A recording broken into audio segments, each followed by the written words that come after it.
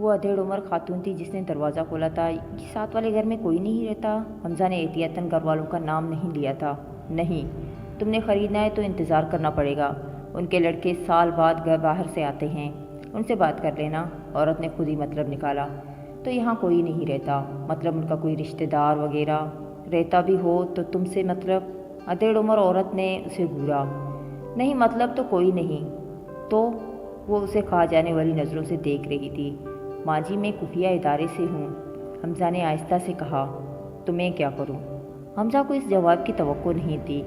میں پولیس والا ہوں۔ حمزہ کو لگا شاید عورت کے سمجھنے میں غلطی ہوئی ہے، تو اس نے آسان الفاظ میں بتایا۔ کیا ہو؟ عورت نے کان پر ہاتھ رکھا۔ پولیس والا، حمزہ نے قدرے اونچا کہا۔ شکل سے تو تم کوئی گنڈے موالی لگتے ہو، عورت نے اب کے اس کو نیچے سے اوپر تک دیکھتے ہوئے کہا۔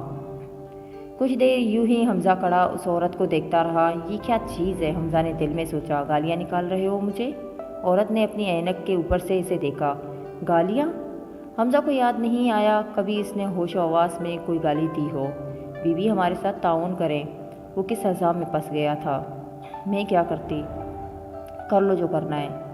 ہاں؟ حمزہ اس عورت کی دیدہ دلیری پر حیران تھا۔ تم جیسے لڑکے یوں ہی آتے ہیں محلے کی عورتوں کو چھیڑنے؟ حمزہ کو خاموش دیکھ کر اس نے دوبارہ منہ کھولا۔ حمزہ کو لگا کسی نے اس کے سر پر کچھ گرا دیا ہو۔ کہیں تم فوزیہ کی لڑکی کو نکالنے تو نہیں آئے؟ بہتری بار میں نے اس کو یوں ہی ایسی ہی گاڑیوں میں آتے جاتے دیکھا ہے۔ اس نے حمزہ کی گاڑی کی طرف اشارہ کیا۔ اور شکل سے بھی تم مشتنڈے ہی لگتے ہو، عورت نے منہ بنا لیا۔ حمزہ کو اپنا سر گھومتا محسوس ہوا۔ ایسا کمپلیمنٹ اسے کبھی کسی نے نہیں دیا تھا۔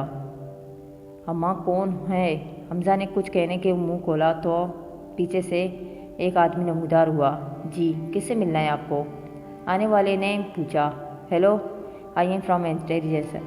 حمزہ نے اسے اپنا کارڈ دکھاتے ہوئے ہاتھ بڑھایا۔ How can I help you? لڑکے نے اس کا بڑا ہوا ہاتھ تھاما۔ یہ آپ کے ساتھ والے بنگلے میں کوئی نہیں رہتا؟ حمزہ نے مطلب کا سوال کیا۔ رہتے تھے، لیکن 1 مہینہ پہلے ان کی لڑکی کہیں غائب ہو گئی تھی، آدمی نے کہا۔ بڑھاپے میں باپ کی کمر توڑ دی، منوس ماری نے بوڑھا بھی 2 دن بعد چل بسا۔ ادھیڑ عمر عورت بولی تھی۔ تو وہ لڑکی واپس نہیں آئی؟ اس نے لڑکے سے پوچھا۔ ارے کائے کو آتی؟ کوئی واپس آنے کے لیے تھوڑی نہ گھر سے بھاگتا ہے۔ عورت منہ سے خرافات نکال رہی تھی۔ حمزہ کا انداز غلط نہیں تھا۔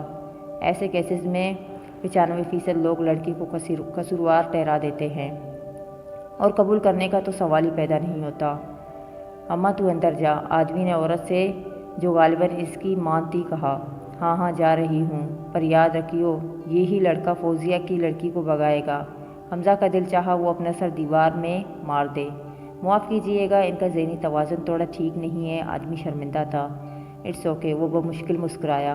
Thank you. دوبارہ ہاتھ ملاتا وہ واپس گاڑی میں آ کر بیٹھ گیا، اور اب وہ پولیس اسٹیشن جا رہا تھا۔ حمزہ پولیس اسٹیشن گیا تھا تاکہ وہ فریہ سے حیا کی گمشدگی کے بارے میں ہوئی جانے والی پیش رفت پوچھ سکے۔ فریہ وہاں نہیں تھی۔ پھر اس نے سوچا وہ علی سے مل لے، لیکن اس کا دل نہیں چاہا، اور وہ واپس آ گیا تھا۔ وہ لاؤنج میں بیٹھا ٹی وی چینلز بدل رہا تھا جب ردابہ اپنے کمرے سے باہر آئی۔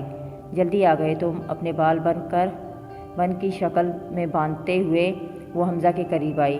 جی، اس نے ٹی وی سے نظر نہیں ہٹائی تھی۔ تم پریشان ہو؟ وہ حمزہ کے ساتھ صوفے پر بیٹھ گئی۔ نہیں تو؟ اس نے گردن موڑ کر ردابہ کو دیکھا اور پھر دوبارہ سیدھا ہو گیا۔ میرا بچہ مجھ سے ناراض ہے؟ ردابہ نے پیار سے اس کے بالوں کو ہاتھ لگایا۔ نہیں، میں کیوں کسی سے ناراض ہوں گا؟ اس نے ردابہ کی طرف نہیں دیکھا تھا۔ وہ یوں ہی صوفے کی پشت پر کہنی نکالے اسے دیکھتی رہی۔ حمزہ کافی دیر یوں ہی اس کا دیکھنا اگنور کرتا رہا۔ ماسی، آپ ایک بار مجھ سے پوچھ تو لیتی۔ جب وہ ردابہ کو اور اگنور نہیں کر سکا تو وہ اس کی طرف مڑا۔ آپ نے حیا کو کیوں گھر سے نکال دیا؟ آپ مجھ سے پوچھتی، بات کرتی۔ یہ باتیں تم آج کیوں کر رہے ہو؟ It's been a week now. وہ پرسکون تھی۔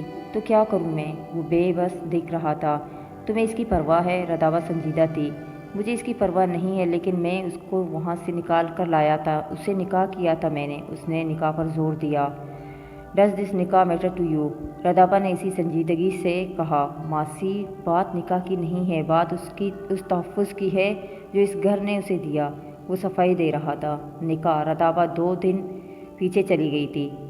ایسے کیا گھور رہی ہو؟ حیات جب اسے کافی دیر یوں ہی دیکھتی رہی تو رتابہ نے اسے کہا تھا، دیکھ رہی ہوں کیسے ہمیشہ بے بس لوگوں کا فائدہ اٹھایا جاتا ہے۔ مجھے یوں در بدر کے دھکے دلوانے تھے تو وہیں چھوڑ آتا وہ مجھے۔ یہاں لا کر نکاح کا تماشا لگانے کی کیا ضرورت تھی؟ اس کی آواز اونچی تھی۔ ماسی آپ سے بات کر رہا ہوں میں۔ حمزہ نے اسے ہلایا۔ ہاں۔ وہ چونکی۔ رتابہ کے آنے سے حمزہ خوش تھا لیکن اس کا یوں حیات کو نکال دینا اسے اچھا نہیں لگا تھا۔ وہ پریشان تھا۔ ماسی اس کا گھر نہیں ہے کوئی اور، وہ بیوی ہے میری۔ اس نے آخری الفاظ منہ میں بڑبڑائے۔ رتابہ نے سن لیا تھا۔ حمزہ اگر کوئی تمہیں تکلیف دے گا میں اسے کبھی اس گھر میں برداشت نہیں کروں گی۔ شیری کو جب تم لائے میں نے ہمیشہ اسے تمہاری طرح چاہا کیونکہ تم اس سے پیار کرتے ہو۔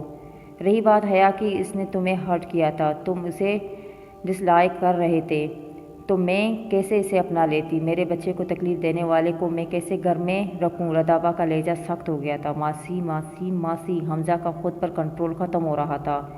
ہاں میں ہی ذمہ دار ہوں، میرے رویے نے آپ کو مجبور کیا، وہ میری ذمہ داری تھی، میں لایا تھا اسے۔ اس کا لہجہ معمول سے مختلف تھا۔ رتابہ پہلی بار اسے یوں اپنا آپا کھوتے دیکھ رہی تھی۔ وہ اپنا اکڑتا سانس سنبھال رہا تھا۔ وہ رتابہ کی گود میں سر رکھ کر لیٹ گیا۔ ماسی پتہ نہیں وہ کہاں ہوگی، وہ گھر نہیں گئی۔ اگر دوبارہ وہ غلط ہاتھوں میں لگ گئی تو میرا بچہ سب ٹھیک ہو جائے گا۔ وہ اس کے بال سہلا رہی تھی۔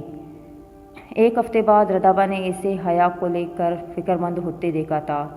اس بیچ پتہ نہیں وہ کیسے یہ سب اپنے دل میں رکھے بیٹھا تھا۔ رتابہ کو اب سمایا کی کئی باتوں پر یقین ہو گیا تھا۔ وہ ویسا نہیں تھا جیسا سب کو نظر آ رہا تھا۔